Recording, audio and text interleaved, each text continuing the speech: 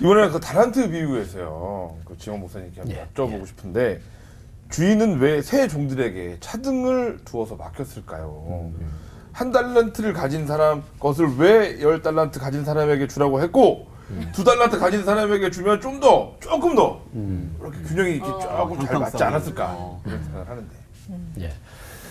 근데 이제 성경의 기록의 아주 중요한 특징은 성경은 우리가 지지고 볶고 사는 그 현실을 무시하지 않습니다. 그러니까 성경은 선문답처럼 굉장히 차원 높은 선문답 뭐 이런 아주 기가 막힌 지혜를 들으면 아이고 그렇게도 생각이 가능하네 뭐 이런 어떤 감격도 들고 하지만 그거는 우리하고는 너무 멀잖아요. 그러니까 성경은 우리가 사는 아주 실제적인 현실에 대해서 이야기를 합니다. 그러면서 거기에서 구원의 길을 열어주시는 거거든요. 그러니까 하나님께서 우리처럼 똑같은 지지고 사는 사람 몸을 입으셨다. 그것 자체가 그러지요. 그렇게 보면 지금 말씀하신 거는 그냥 아주 자연스러운 거지요. 세상에 살 때 돈 많은 사람 적은 사람 있잖아요. 태어날 때부터 사람은 어떻게 보면 불평등한 거예요. 그잖아요.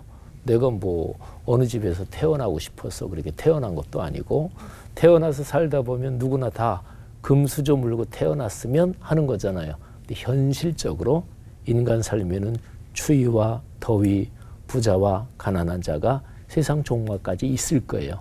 그렇게 보면은 뭐 당연한 거고, 그 다음에 또 이제 1달란트 가진 자의 거를 뺏어다가 2달란트 가졌던 자에게 주는 게 아니라 10달란트 가진 자에게 주잖아요.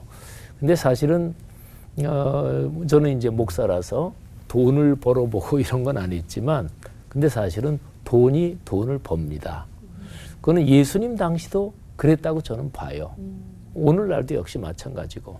그래서 저는 하여튼 질문하신 거를 그런 각도로 보면서 우리 인간의 현실 삶에서 아주 자연스러운 거다. 근데 이제 비유에서 중요한 거는 비유는 그 비유가 얘기하고자 하는 한 가지 초점이 있습니다. 근데 그 초점 외에 다른 데로 광범위하게 적용시키면 비유를 오용합니다. 그러니까 제가 지금 말씀드린 거 이거를 이제 이렇게 생각을 해서 그러면 빈부격차가 극심해지는 거는 성경적이다. 이렇게 하면 그건 잘못인 거죠. 그러니까 빈부격차가 빈익빈 부익부가 되는 게 성경에서 말씀하는 거네. 이렇게 얘기할 수는 없는 거죠.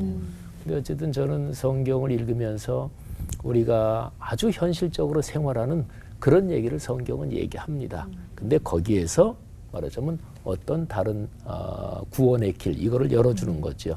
근데 근본적으로 아까도 제가 설교했던 것처럼 사실은 그 당시에 사는 거의 대부분 사람들한테 하나, 둘, 다섯 그거는 별로 의미가 없지 않았을까. 워낙 1달란트가 엄청나게 큰 돈이니까 하여튼 뭐 그 정도로 대답을 하면, 근데 대답을 해놓고 보니까 미션 클리어 이렇게 얘기하기가 조금은 미안하네요.